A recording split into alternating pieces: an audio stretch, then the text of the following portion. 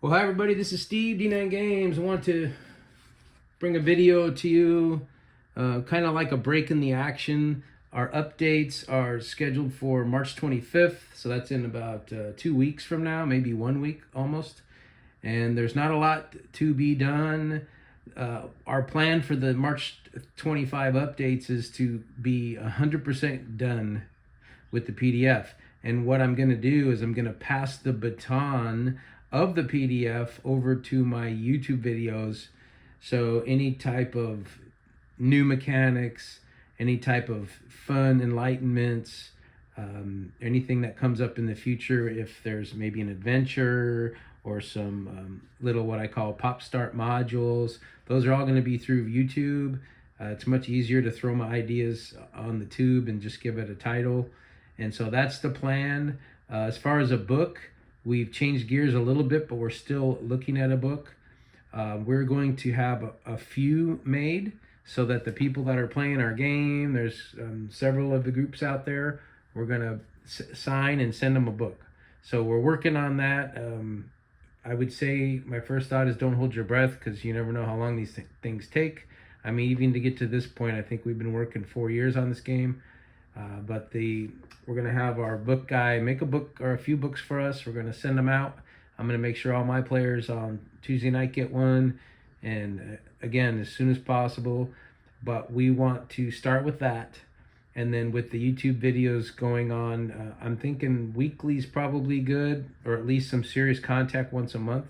Some serious context once a month, I should say. That will just continue to build what we call a live game. So the PDFs, like the guidelines, the core rules and guidelines, and then the YouTube videos are going to be the supplements, the live game if there's any changes. Not to have any like errata or anything, but you never know, there could be some tweaks. But we try to keep that core book and the guidelines iced, so that anything we add is just flavor. I was going to go over, after letting you know that, our Tuesday night game. I'm going to summarize what we've done so far. So in the Enlightened system, we shoot for about a 6-month campaign, which is, as you know, 26 weeks in 6 months. You usually take about 1 week a month off for whatever reason. Somebody's on vacation, or we just want a break or play some board games. So in about 6 months, you're going to get 20 sessions, which is about the clip to get you to the adventuring life meter rolls at about 1,000 pop points of progression and level 10. So that's really what it is in Enlightened. You go from about level 0 to level 10, give or take, and you can keep pushing on if you want to make those adventuring life meter rolls. We had a player character die in battle a couple weeks ago, so we have a new character join in. And the way we do that at our table is we'll have the new character that's generated come in at one level below the party. So like what we did, we were right around level 4, which is about 400 points of progression. And then our new elf scout came in at about 100 points lower, which is 1 level. So that's how we handled it. But I wanted to give you the summary of our Tuesday night game from January till now. So the first session we titled "Here Comes the Romans." And so the team found themselves kind of like normal in a tavern, hodgepodge, introducing each other. What are you doing here? What are you doing here? And they formed their party. Basically, there were 2 Celts that were slaves to the Romans. They're from the mainland. One of them was able to secure some paperwork to state that he is now free. The other one escaped without the paperwork, so he's illegitimate free slave, quote unquote.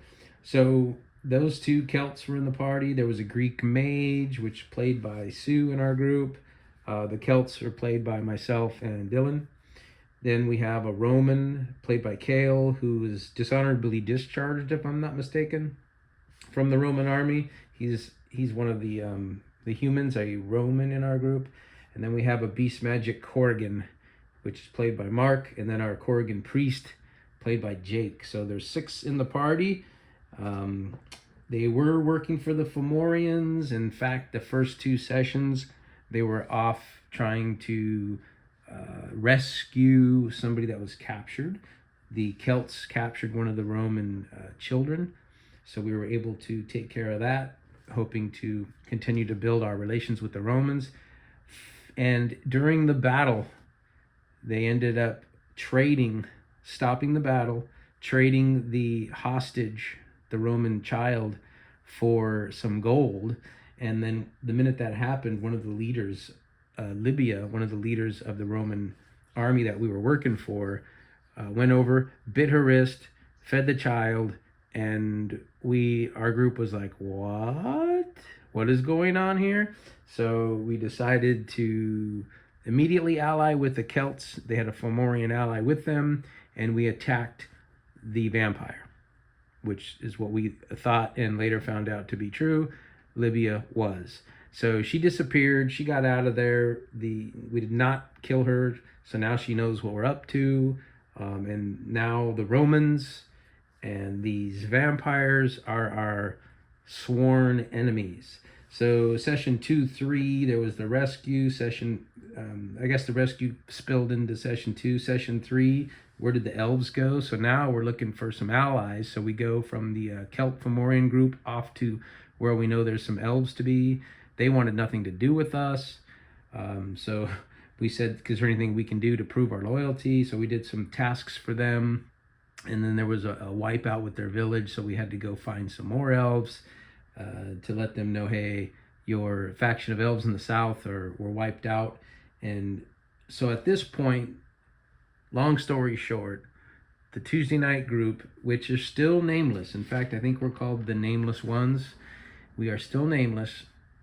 Our goal is to build morale and good standing with all the factions except for the Romans so that we can mount a war. Now, fast forward till this Tuesday night, we had a death in the party. Ilium, which was one of the Celts.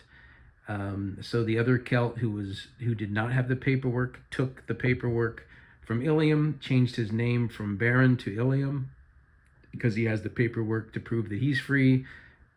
Kind of crazy. But the new character that was drawn up was a scout. And so Dylan's playing a scout now who's an elven prince. Now he's kind of the black sheep in the family. So he's got to prove himself worthy. He's going to run with us. We go in and have an insane battle. This was last night, Tuesday, where we defeated a wraith, a lich, and a ton of undead. I don't know if there was 20 or 30 of them. But we barely made it out. We found an elven crown that Scouto, our new scout played by Dylan, he's going to take this crown back to the queen, which is his mom, and say, hey, does this, prove me worthy yet? And then she's going to have to decide what to do next. So next week, we're going to take a break. We have some people that are going to be out of town. And then the week after, we're going to see what the queen has to say about Scouto, her son, the prince. We're going to see if that can boost our standings with the elves. And I'm running a little bit of a ticker as far as mechanics go, where I have the standings that we have with the elves started at a 5, and based on the happenings, it can ramp up to 6, 7, 8, 9, 10, which is our goal.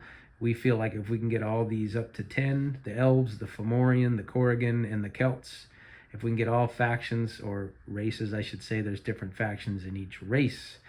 But if we can get all those to a 10, then we feel that we're worthy of mounting a war against the Romans, pushing them out of Albion along with their vampiric friends and allies, and that's the goal. So hopefully with this elven scout on our team and his mother, the queen, feeling that he's worthy and we're worthy, we can take care of the elves alliance first.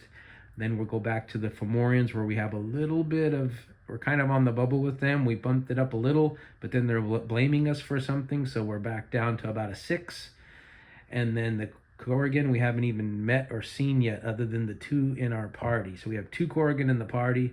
We're hoping to meet up with some of their kin, some of their fellow Corrigan, and we want to get their standings with us up to a 10 as well. And then, of course, finally will be the Celts, which I'm thinking might be the easy one because this is their land in the south, and this is where the Romans are coming in. And we'll say, hey, we've got the Elves, the Fomorian, we got the Corrigan. Everybody's going to mount together like a battle in the Lord of the Rings. All the races and factions against the Romans and their vampiric allies. That's the plan. We're going to see if we can get that done. And that's our Tuesday night campaign. Now, the Timber Sprout 5 Season 2, if you remember some of those, took place about 250 BC. Our Tuesday night campaign is taking place about 45 AD. So it's much further than our Timber Sprout happenings, but it is definitely a threat with the Romans. The vampirism is still a problem. I'm pretty sure Ganal Island is an absolute mess, and that might be where all of these vampires are coming from. So we're going to see what happens a week from Tuesday when we go see the Queen, and that's what's happening on Tuesday night. Another thing that happened that was pretty exciting last night, we come up with a little mini game, which I'll tell you first. In the off season, as you know, you can upgrade your enlightenments, you can spend your points of progression on stats and buying some more class packages or occupations and different things. And you can also make a roll. Everyone gets one roll per off season to learn something based on where they take their off season. So this last off season we took with the elves. So a lot of the players will say, hey, I'm going to see if I can take my minor elven understanding of the elven language from minor to basic or to advanced, right? So they make a roll, usually on something like language would be versus their mental stat. Anyway, and the fighters can do their roll, and the mages can do their role, and priests and whatever. So one of the things that happened was our new scout is trying to grow a tree, I believe, so he can get this special wood for his bow. And our GM Jim seems to think it's going to take a couple of off seasons or a couple of seasons for him to get that done. So he made a roll and he failed. And then I'm saying, well, I'm a bard, maybe I can BS the GM and to give him another chance. And then Jim said, yeah, it's a little too bold. But what we designed was this. And I believe we're calling it an off-season pop gamble, or pop off-season gamble. So what Dylan, playing the scout, did was he says, how about if I spend some pop for a reroll? So Jim says, fine, give me 10 pop. So he spends the points of progression and does a reroll, and he makes it. So the story goes, his mom, the queen, was feeling sorry for him and helped him out with a piece of wood from a tree that she had, or whatever the case is. And now he's got his bow that he's building. I think he still needs to spend an off season to attune to it, but that's neither here nor there. Now it's fun to gamble with this pop in the off season. So sure enough, the priest jumps on board, Jake, and he goes, okay, my priest wants to improve his invisibility cloak, which is not really an invisibility cloak, it's more of an illusion cloak or something. And Jim says, okay, give me 50 pop and a roll, and if you succeed, you lose the pop no matter what, but if you succeed the roll, we're going to let you have it. And he said, no, I'm not going to gamble 50 pop for that. So it's kind of fun. We add that little fun mechanic, and this is an example of what we're going to do going forward with the Enlightened system. Keep the core guidelines iced the way they are in the PDF, and we are going to have YouTube videos with fun enlightenments, tips, and tricks and mechanics. The other thing that happened was we've been playing 7 sessions, and our Beast Magic Mage, the character the Corrigan that Mark's playing, hasn't enlightened yet. And as a mage, you might know you have to get a 9/9 in order to tier up your spell. Tier 1 is close range, Tier 2 is medium range, and then you can get to AoE by about Tier 4. He rolled double 9 3 times last night. So 7 sessions with no enlightenments, and then 3 last night. And so that was exciting. And he's saying it's the gold dice he used, but I think it's just luck. Anyway, that's it. That's the video I wanted to throw out there, which kind of give you a heads up on what our plan is with the PDF, how our Tuesday session is going with Enlightened, and we'll be looking forward to certainly weekly something, but at least once a month it'll be a structured add-on or a starter pop module or some kind of magic item. And by the way, our guard, Kale's playing our guard Lucius, the Roman who was dishonorably discharged, has his hands on Necros. So he actually rolled a 9-9 as well, and Necros is starting to give him a little bit of respect, but still likes to say he's a numbnuts. Anyway, so a lot of fun Tuesday. Thanks for running, Jim. Excellent. Stay posted to the YouTube videos. I hope everybody's doing great and having a lot of fun at the table. Until next time, peace.